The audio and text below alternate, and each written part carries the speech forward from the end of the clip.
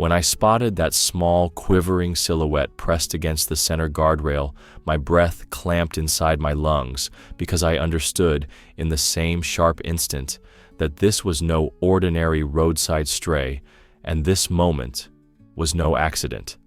I was 2 hours into a graveyard shift, cruising the northbound lanes of Highway 17. The asphalt shimmered under my headlights like damp slate. Otherwise, the world was pitch black, the kind of darkness that makes even a seasoned patrolman feel a little superstitious. I just cleared a blind bend when my beams swept across a pale blur. Dog, I told myself, probably dumped, probably terrified. I thumbed the emergency flashers, eased onto the shoulder, and radioed in a routine, possible animal on roadway. My cruiser's strobes splashed red and blue over the trees, turning every pine needle into a shard of stained glass. Stepping out, I expected the usual scramble, frantic paws skittering on pavement, tail tucked, animal bolting for the brush as soon as it heard my door click. But the pup didn't move. He merely stared, trembling so hard his ribs rattled. Moonlight caught the silver of his fur, and a cold realization crawled up my spine. That wasn't a dog at all. It was a wolf cub, months shy of grown, ribs showing through his coat. Instinct screamed, "Keep distance, call wildlife." Yet he didn't bare teeth or lower his head. He just watched me with wide amber eyes. One hesitant step, then another. I held my breath, feet crunching over gravel loud enough to betray every heartbeat. At 3 yards, he should have bolted. Instead, he sat, neatly, deliberately, like a house pet told to stay. For a second, nothing existed but that stare, the sodium glow from my light bar, the taste of exhaust on the night air, and a silent plea I couldn't translate. Something in his posture made my chest ache. He looked at me as if I were his own. I knelt, palm up. My flashlight stayed clipped to my belt. The last thing I wanted was to blind him. "Easy, buddy," I whispered, voice shaking harder than I cared to admit. His ears twitched. The tremor in his shoulders eased, almost like he recognized the tone, if not the words. A semi-truck roared by, buffeting us with wind. Reflexively, I shielded him with my body. He didn't flinch. The cub kept those molten eyes locked on mine, and in them I swear I saw something terrifyingly human. Hope, maybe, or trust born of desperation. 3, 4 heartbeats passed. He hadn't moved. I told myself he was just cold, stunned, maybe sick. That was all. I would call wildlife rehab. They'd sedate him. End of story. I stood and reached for my radio. And that's when he rose, took a single step toward the dark tree line, and looked back. Not a quick glance. An invitation. A directive. My logic snapped in two. Wolves don't invite men to follow, any more than hurricanes invite sailors to chase them. Yet every fiber in me felt the tug. I hesitated on the chrome sill of my cruiser door. The cub waited. His tail flicked once, slow and deliberate, then stilled. Another 18-wheeler thundered past, horn blaring, but he didn't so much as blink. It was as though the highway didn't exist, as though the night had carved out a private tunnel for the two of us. "Kid," I muttered, "whatever you want, I'm the wrong species." Still, my boots turned toward the woods before my brain voted yes. The cruiser's flashers painted the road behind me in frantic colors, while ahead lay only darkness thick as velvet, and a single small wolf pressing into it, pausing every few steps to be certain I was coming. I should have radioed for backup, should have thought about rabies or pack behavior or 1,000 lines in the patrol manual. Instead, I followed a trembling shadow into trees older than my badge number. Pine needles muffled our passage until even the highway hush died away. 10 yards in, he stopped and faced me again. No snarl curled his lips, just those enormous eyes, wet and unblinking. My flashlight stayed off. I didn't want to fracture whatever fragile bridge had formed between us. The silence felt electric, charged with words we both lacked. He sat once more, head tilted. I was close enough to see his chest rise and fall, each breath shallow but steady, close enough to smell the musky tang of wilderness clinging to his fur. I crouched, hand extended, though some part of me prayed he'd refuse the gesture so sense could return. Instead, he leaned forward, nose brushing my knuckles. A shiver rippled through him. Not fear, something else. Relief, maybe. That was when my heart slid from its moorings. I told myself again, this must be everything. Lonely cub, wrong place, right time. I'd carry him to the truck, call the warden, file the report. I could almost taste the paperwork. But nature had only opened the first page. I thought that would be the end of it, and I was wrong. When the cub rose, something inside me rose with him. Pure adrenaline or pure faith, I still can't tell. He padded toward the tree line, then stopped, neck craning back the way a child checks to be sure a parent is still close. That single glance hit harder than any siren. It said, "Come now, or lose what you've already begun to believe." I froze halfway between highway gravel and pine needle darkness. Protocol screamed, "Don't." Instinct whispered, "Go." My boots stayed planted, but my heart lurched forward, stumbling after that scrap of wild hope. The cub waited 10 silent heartbeats, eyes never leaving mine, before stepping deeper into the shadows. I should have radioed for backup right then, filed it under wildlife follow-up, washed my hands. Instead, I took one step, then another, each crunch of gravel a tiny betrayal of common sense. The forest swallowed the cruiser's lights before I'd gone 30 feet. The world shrank to moon-washed trunks and the soft foot rhythm of a wolf no bigger than a mid-sized terrier. Every 10 paces he paused and looked back, as if counting my courage. Branches closed above us, stitching the sky into ragged ribbons. My pulse hammered so loudly I half expected it to scare him off. Yet the cub seemed calm, too calm for a creature born to flinch at the scent of man. That calmness scared me more than teeth ever could. I kept a dozen yards between us. Anything closer felt like tempting a vow I didn't understand. The cub threaded around fallen logs, ears twitching at each crackle of brush. Somewhere in the distance, water dripped, slow, hollow, like a clock with no hands. 10 steps. He glanced back. 10 more, another glance. With each turn of his head, my resolve tightened, braid thick. I felt foolish, heroic, and impossibly small all at once. Fear and reverence shared the same beat in my chest.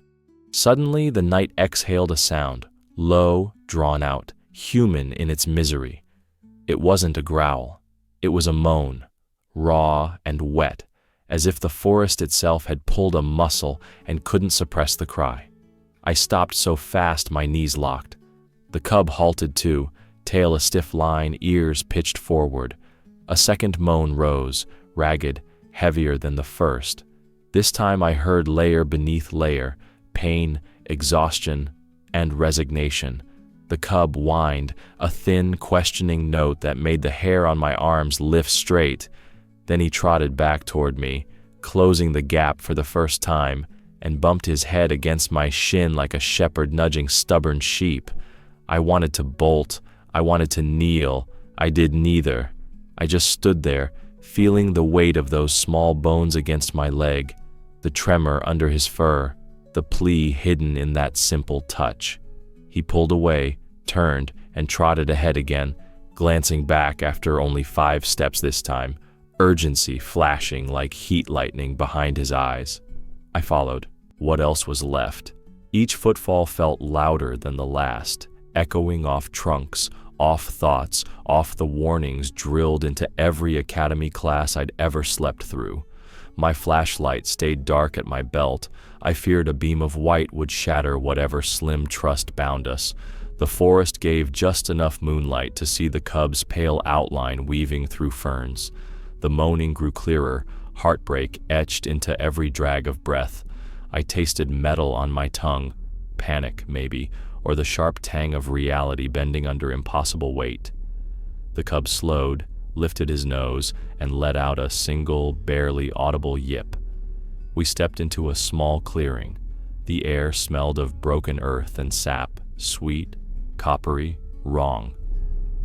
Shadows pooled like spilled ink beneath a tangle of fallen branches. Somewhere inside that darkness, something shifted, released another groan that went straight through bone. I opened my mouth to call out. To what? I didn't know, but no sound came.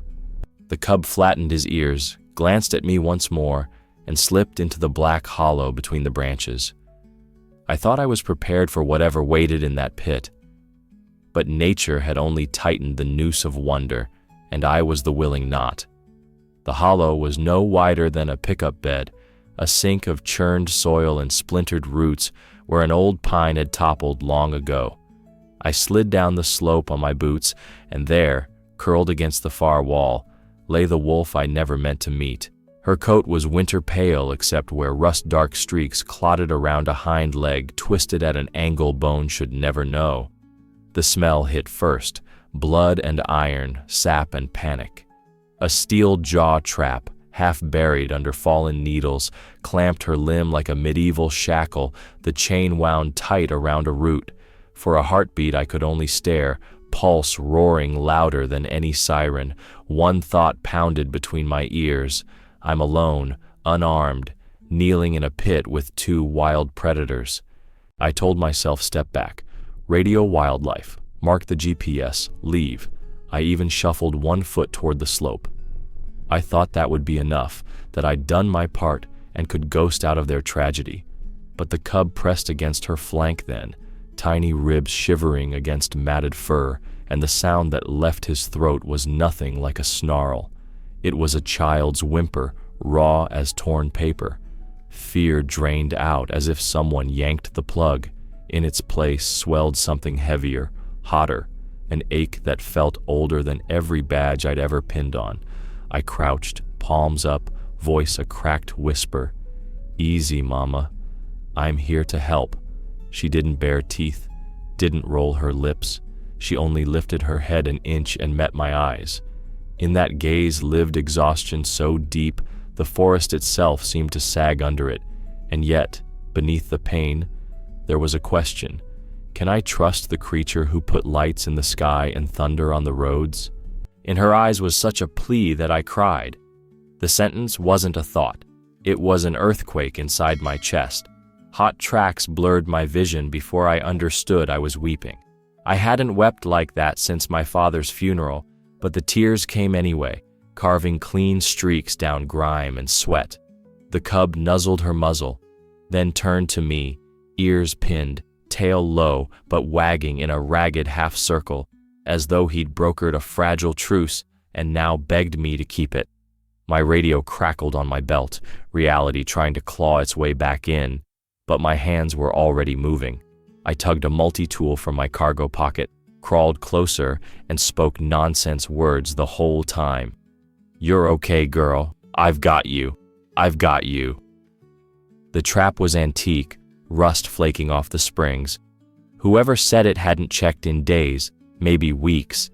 Every jostle drew a gasp from her throat, a wet, failing accordion of breath, but she never struck. The cub tucked himself beneath her chin, eyes darting between us, as if lending her his courage. I pried at the jaws, metal groaning like a door to a room no one should enter. They refused to budge. My fingers slipped. Blood welled where steel kissed skin. Pain sharpened my focus. I found leverage against the root, braced both boots, and hauled sideways with every ounce the academy gym ever beat into me. The spring shrieked. The jaws yawned open half an inch, enough for her to yank free with a muffled yelp that shredded the night. She collapsed against the cub, leg trembling like blown glass. For a moment, none of us moved. Pine needles drifted from the torn canopy above, settling like snowflakes on her flank. My lungs burned, begging air. Adrenaline made my hands shake so hard the multi-tool clinked on a rock. Yet wonder pinned me in place. 2 wolves lay within arm's reach, and the world had not exploded. I should have climbed out, called the wildlife vet, sprinted for the cruiser. Instead, I slid closer, shrugging out of my jacket. The wolfess flinched but didn't snap when I draped the fabric over her shoulders to slow the shiver. Her eyes flicked to mine once more. Less question now, more acceptance, maybe even thanks. The cub licked her cheek, then my muddy boot, a baptism both absurd and holy. I should go. The words croaked past a throat full of gravel. The night answered with silence so thick it felt like holding breath. I pictured the highway lights, the safe hum of radios, the firm ground of reason waiting just beyond the tree line. I should go, I repeated, but I didn't move, because some truths refused to be walked away from, and this clearing had become one of them. A place where pain and trust braided together, where a wild mother allowed a man to cradle her fate, and a pup believed enough to guide me here. Maybe dawn would bring helicopters and tranquilizer darts and press releases. Maybe the story would end in paperwork stacked higher than my cruiser roof. But right then, the only thing that mattered was the steady, ragged rise and fall beneath my jacket and the cub's quiet whine threading the darkness. If I'd known this was only the beginning, maybe I would have run the other way. But the forest kept its secrets. The wolves kept their silence, and I stayed, kneeling in blood-damp needles, heart wide open to whatever miracle might come next. I fumbled my phone with fingers still slick from blood and pine pitch, thumbed the one contact I trusted to believe me at this hour. "Doc, it's Reed. Listen, I've got a live adult wolf, hind leg mangled in a trap. She's breathing, but only just." Dead silence on the line, then a hissed oath. "A wolf? You mean not a coyote, Miss ID?" Full-blooded. "And her pup. I'm 15 minutes out if I can carry her." "Bring her!" The line went dead. The man never wasted words. When a life ticked down, I slid my arms beneath her chest and hips. The cub growled once, more warning than menace, then trotted beside my knee as I heaved the she-wolf up the slope. She weighed less than she should have, bones jutting like mislaid rebar beneath fur. Each step sent a tremor through her body. Each tremor knifed guilt through mine. Halfway to the road, I felt her breath on my neck, hot, damp, and steady. She didn't fight, didn't even flinch when I shifted grip. It felt like cradling a thunderstorm that had chosen, for reasons beyond physics, not to strike. At the cruiser, I stripped the rubber floor mat and wrapped it around her leg, then cocooned her torso in a reflective emergency blanket from the trunk. The cub hopped in unbidden, wedging himself against her ribs like a heartbeat he refused to lose. The clinic that wasn't ready. Doc Bailey's clinic sat behind a shuttered gas station, one light flickering over a back door he'd left ajar. He met me in the hallway, surgical scrubs half-buttoned, coffee shaking in one hand. The moment he saw the bundle in my arms, his jaw came unhinged. "You actually did it," he breathed. "You brought me a wild wolf, alive." I figured a corpse would be less educational. He blinked, then summoned 2 techs who'd dragged themselves from bed for an emergency canine.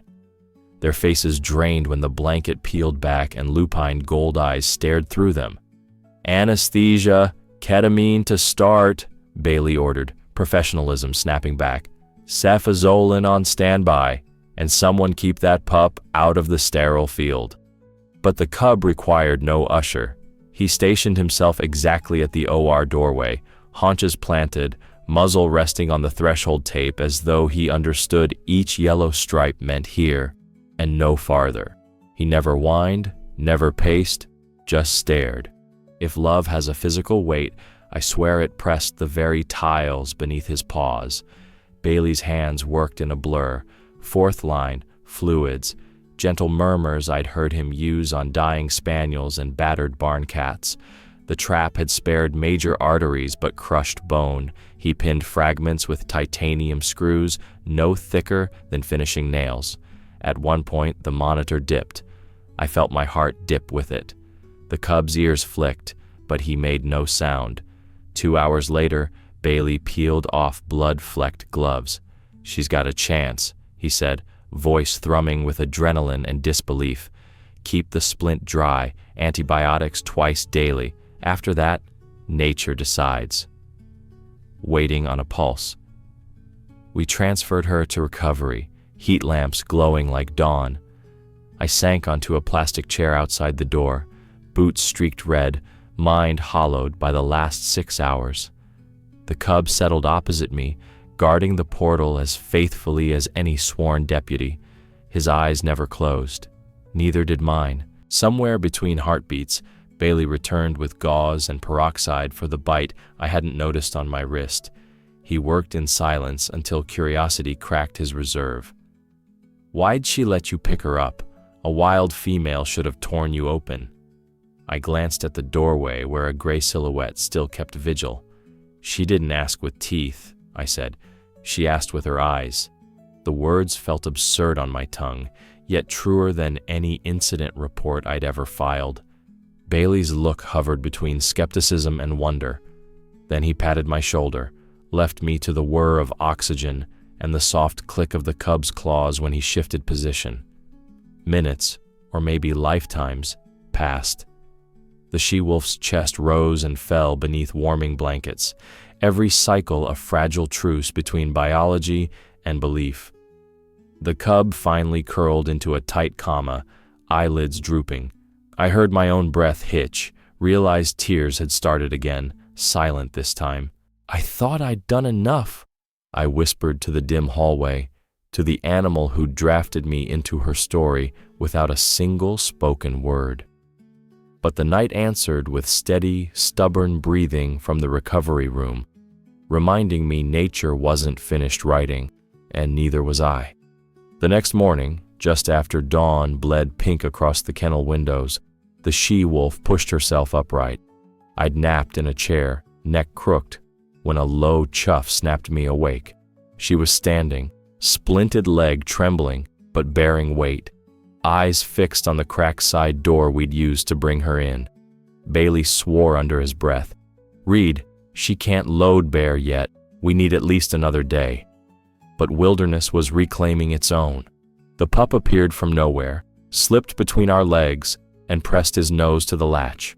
I moved to block them, some half-baked idea about paperwork and rehabilitation shelters clogging my head. Then, the she-wolf glanced at me, a single steady look, and the room seemed to tilt. Not challenge, not fear, something softer, older. "You've done your part. Let us do ours." In her eyes was such quiet certainty that my throat closed. I stepped away. Bailey gaped, bloodshot but helpless. The latch clicked. Mother and son vanished into the fog that still clung to the service road. No snarl, no backward look. Just the brush of tails against dew-wet weeds, paw prints fading like signatures on water. Was any of it real? I spent the rest of that shift floating through tasks, sealing the empty kennel, bleaching the floor, filling an incident report nobody would read. Each action felt like performing chores inside someone else's dream. By late afternoon, my muscles insisted I'd hauled a 100-pound predator through undergrowth. My mind insisted wolves didn't wait patiently in doorways while men worked orthopedic miracles. Back home, the house lights felt wrong, too bright, too sure of themselves. I kept replaying the night in split-second loops, the trap's jaws yelping open, the cub's vigil, those amber eyes holding mine like a pact. Each time the memory ended, I half expected it to vaporize, to reveal itself as a story I'd heard from someone braver. The next evening, I clocked in for patrol. Same stretch of Highway 17, same hum of tires on asphalt. Yet everything hummed lower, like the world had turned down its own volume. The sodium lamps blurred into ochre halos. The pines leaned together, whispering secrets I'd once thought were just wind. Midnight came and went. Not a single stalled sedan or reckless speeder to break the quiet. My cruiser idled at mile marker 43, the very bend where a trembling silhouette had stopped my heart, and the void pressed in. "Maybe I'll never see them again," I muttered, fingers drumming the steering wheel. Radios hissed static. The road ahead stretched silver and empty. Logic purred. Good, wild things belong wild. But another voice, quieter, stubborn as the pup who wouldn't leave that threshold, answered, "Miracles rarely knock twice, but when they do, you'd better be listening." A gust rattled the treetops, scent of rain and raw earth drifting through the cracked window. My pulse hitched, waiting for the impossible glow of eyes along the shoulder. Nothing, only darkness knitting itself tighter across the pavement. I told myself the story was over, the chapter closed, and all that remained was the yawning corridor of routine. Yet somewhere beyond the headlights, pine needles shifted in a scattering hush, like footsteps just out of sight, stretching the night into a question that refused to resolve.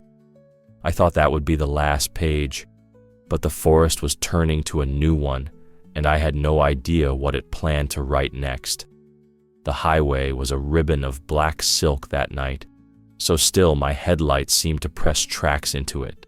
I just cleared the rise at mile marker 43, same cursed blessed bend, when my dashboard camera flared white. Eyes, a whole constellation of them, glinting like frost on a velvet field. Instinct jammed my boot on the brake.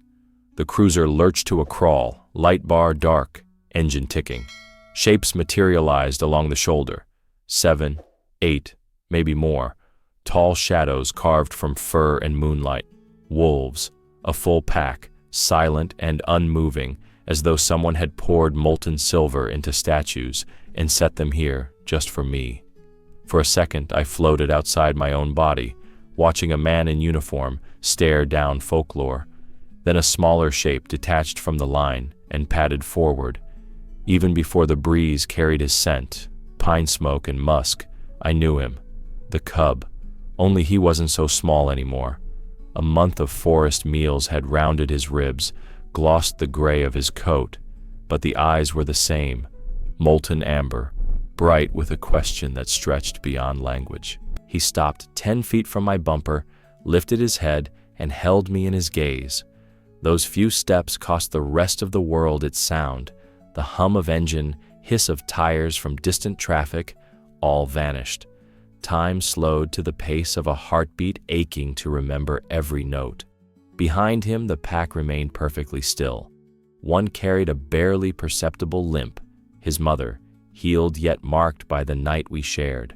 Another dipped its muzzle, golden eyes reflecting starlight. No growls, no snapping jaws, only a hush so deep it felt like reverence. I opened the door, feet meeting asphalt soft as moss. My hand went instinctively to my holster, then fell away, ashamed. I took 2 tentative steps forward, palms out. The cub didn't flinch. He watched me the way a child waits for a parent to kneel, certain, patient, unafraid. "I see you," I whispered, voice shredding in the cool air. "I see all of you." He blinked once, as if acknowledging the words, then looked back at his kin. In that instant, the pack's collective gaze slid onto me, a tide of golden regard. It should have felt predatory.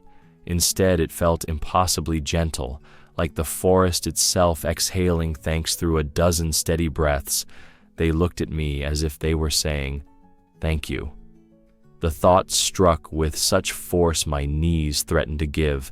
Gratitude, raw, wordless, poured from their eyes, and it was more terrifying than any snarl. Because what do you do when wildness thanks you? How do you bear that holiness without breaking? A tear slid down my cheek, catching on the stubble I hadn't bothered to shave. I tasted salt, copper, disbelief. The cub's ears flicked forward. He tilted his head, almost curious about the wet line on my face. I laughed, one fragile, cracking sound, then wiped it away. I wanted to reach for him, to close the 10-foot gulf and rest a hand on that newly strong shoulder. But the highway between us felt sacred, a thin veil I had no right to tear. So I stood, breath fogging, letting silence say everything lips couldn't. 30 seconds? A minute? It stretched like an evening star, bright, eternal, gone. The cub's tail shifted in a small arc. He turned, padding back to the pack. One by one, the wolves pivoted toward the tree line, paws whispering over gravel.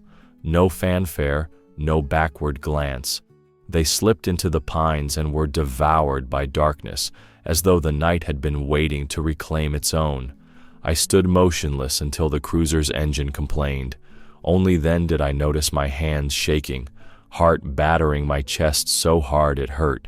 The road ahead lay empty again, but the air still thrummed with their passing, an afterimage of presence I could almost touch.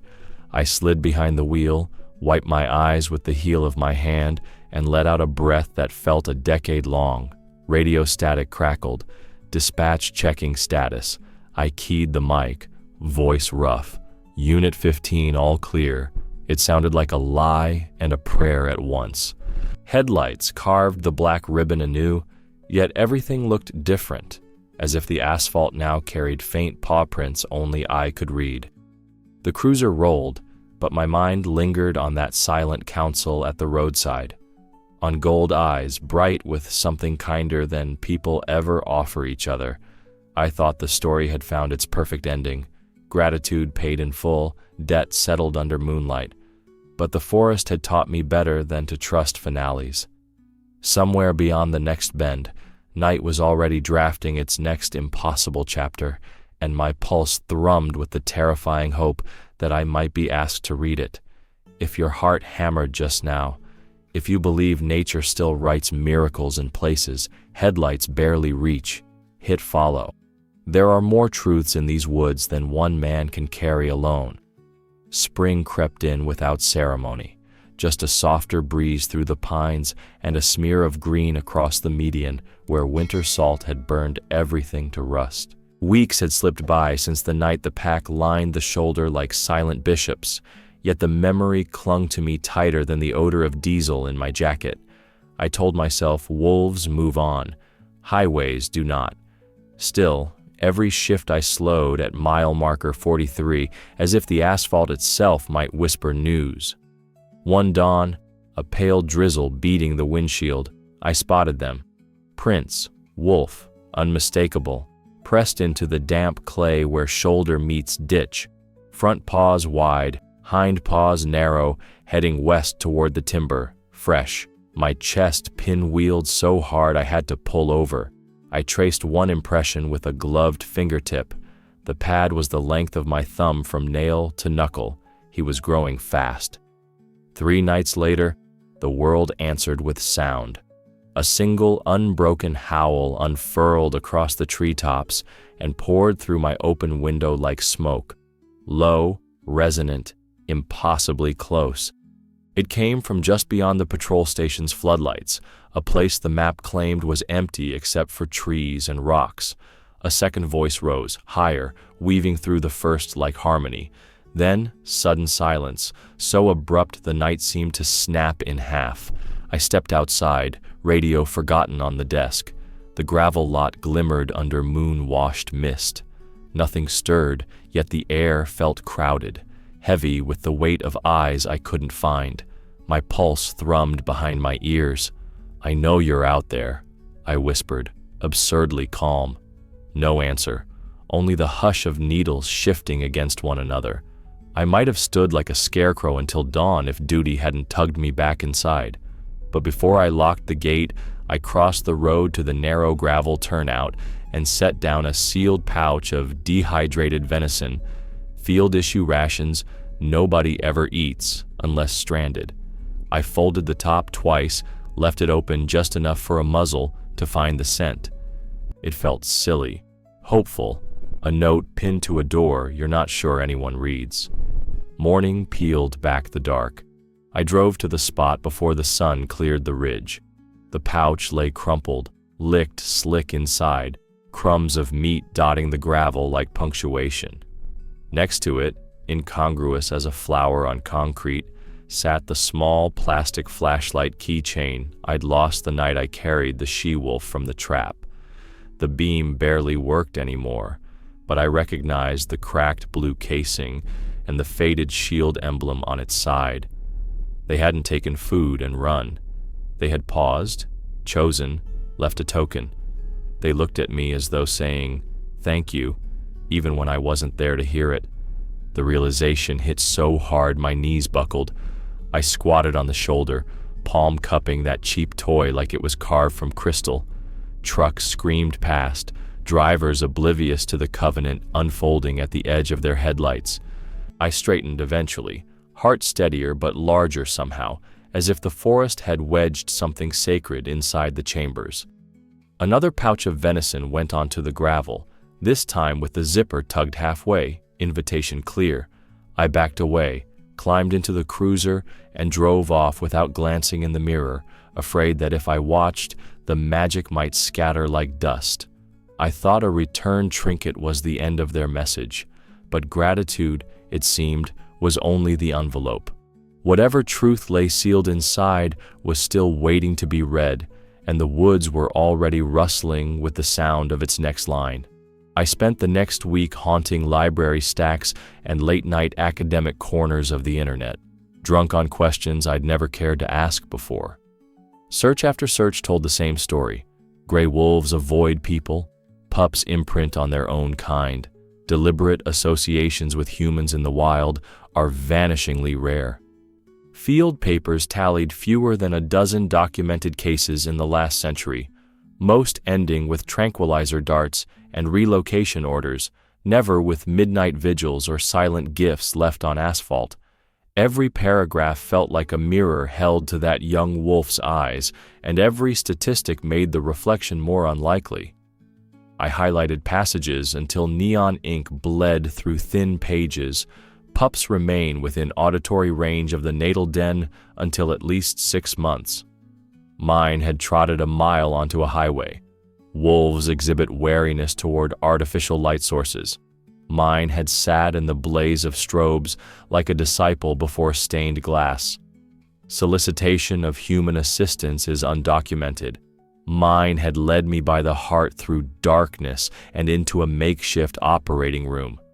With each citation, my pulse drummed harder, a mix of pride and fear. Pride, because some wild intelligence had weighed me and not found me wanting. Fear, because I knew now what a razor's edge we'd walked. How a single twitch of her jaw, a single slip of my hand on that trap, could have ended in screams and gunfire instead of screws and sutures. Somewhere between peer-reviewed footnotes and blurry photos of wolf paw morphology, the transformation began. Numbers blurred, but meaning sharpened. I realized I'd spent 2 decades patrolling creation like a security guard wandering a museum after hours, alert for broken glass, deaf to the art on the walls. Now every siren pine and diesel smudge star felt alive in ways job training never covered. I caught myself rolling down the cruiser window just to smell rain in the needles. I slowed for deer, not out of policy, but in thanks. Most nights after shift, I'd park at the bend and kill the engine, letting the tick-tick of cooling metal sync with my own heartbeat. I listened for pads on gravel, for that single, bone-deep howl. Sometimes nothing came but wind. Sometimes an owl ghosted over the median, wings silent as folded paper. Yet even in absence, the woods felt crowded with presence, their presence, like flickering shapes at the edge of a campfire just out of sight. I began carrying venison instead of donuts in my lunch cooler, stowing copies of Aldo Leopold and Farley Mowat in the glove box alongside traffic codes. I wasn't searching for fairy tales. I was searching for tools, for any scrap of language to name what had happened between that cub and me. Every chapter circled the same truth. Trust is a currency in the wild, given once, rarely reclaimed if squandered. One dawn, reading beside the cruiser while sparrows stitched silver across the sky, I came across a line that froze my breath. A wolf will sometimes mark a chosen individual with a token, bone, feather, or prey to signify inclusion within its social understanding. I thought of the battered flashlight now hanging from my dash like a saint's relic and felt the world tilt again. He hadn't simply thanked me, he'd invited me, mangy patrolman with coffee stains on his vest, into a story older than maps. He chose me, he trusted me. The realization rocked through my chest like thunder rolling through a valley, shaking loose assumptions I hadn't known were welded in place. I'd prided myself on being rational, on treating nature as a set of predictable protocols. See hazard, remove hazard, write report. Yet a gaze of molten amber had cracked that scaffolding in seconds. I closed the book, listening to the breeze comb needles overhead. No distant howls, no flash of silver fur, just a hush that felt less like emptiness and more like held breath. I whispered into it anyway. I see you. I'm still here. The words carried on cool air, threadbare but honest. I thought understanding the science would close the loop, satisfy the itch. Instead, knowledge only deepened the mystery, like learning every brushstroke in a painting, yet still standing dumbstruck before its beauty. And somewhere in the hush between pines, I sensed the story turning again, pages rustling with possibilities I could neither predict nor control. Because once trust sparks between worlds, it keeps burning, quiet, unseen, until the moment the dark needs light once more.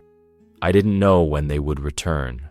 I only knew I'd be waiting, flashlight relic on the dash, heart cracked wide enough to let the forest walk through. When half a year drifts by, it does so in blinks.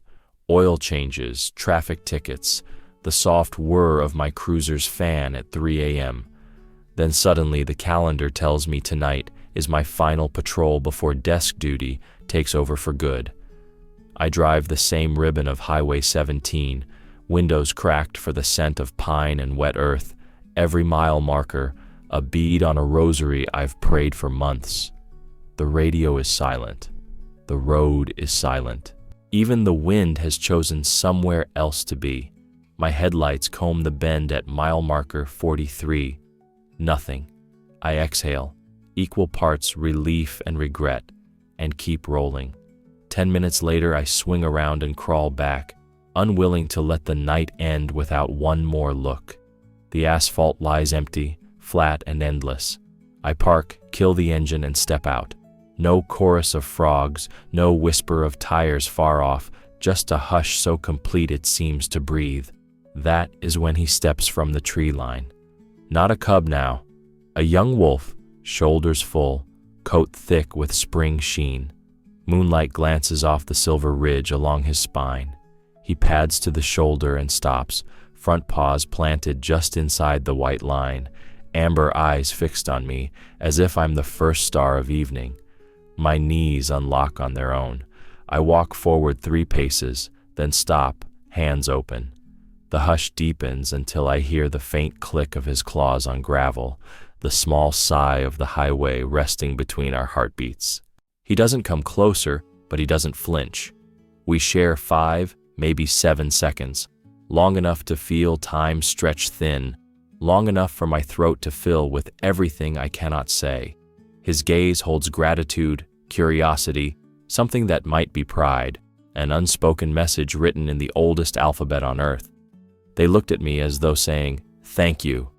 The weight of it cracks the dam behind my eyes. Warm tears slip free, but I let them. A man can cry on his last night. The job has taken plenty. This moment gives something back. He lifts his head, ears swiveling once toward the dark timber, and I know the choice is made. One silent pivot, one flash of tail like a comet's last arc, and he melts into shadow. The forest door closes behind him with no sound at all. I stay frozen, hands trembling, breath fogging until it fades. Part of me waits for a second glimpse, a backward glance, any sign that goodbye is not forever. But the trees keep their secret. The night holds its breath. The highway remains only a road again. A sob slips out, somewhere between grief and worship. I press a palm to my chest because it feels too wide, too newly made. 6 months ago, I would have called this sentimental nonsense. Tonight it is the truest language I own. My heart somehow now beats in two worlds, one of asphalt and ordinances, and one where silence can roar like thunder if a wolf wills it. Minutes pass, maybe hours. Eventually duty nudges me back behind the wheel. I wipe my face, set the cruiser in gear, and let the tires hum the old lullaby of fluorescent stripes. Yet every mile away feels like a mile farther inside, into a wilderness stitched forever to my ribs. I do not know if I will ever see him again. I do know I saw him tonight, saw him grown, strong, free, and that is enough to outshine every ticket written, every wreck cleared, every graveyard hour I have logged. I blink at the road until taillights blur and whisper to the empty passenger seat, "Thank you, kid. Run far, run long. If you also believe animals are capable of miracles, right, we are not alone in this world. If your heart is brimming with reverence right now, right, nature is wiser than we are.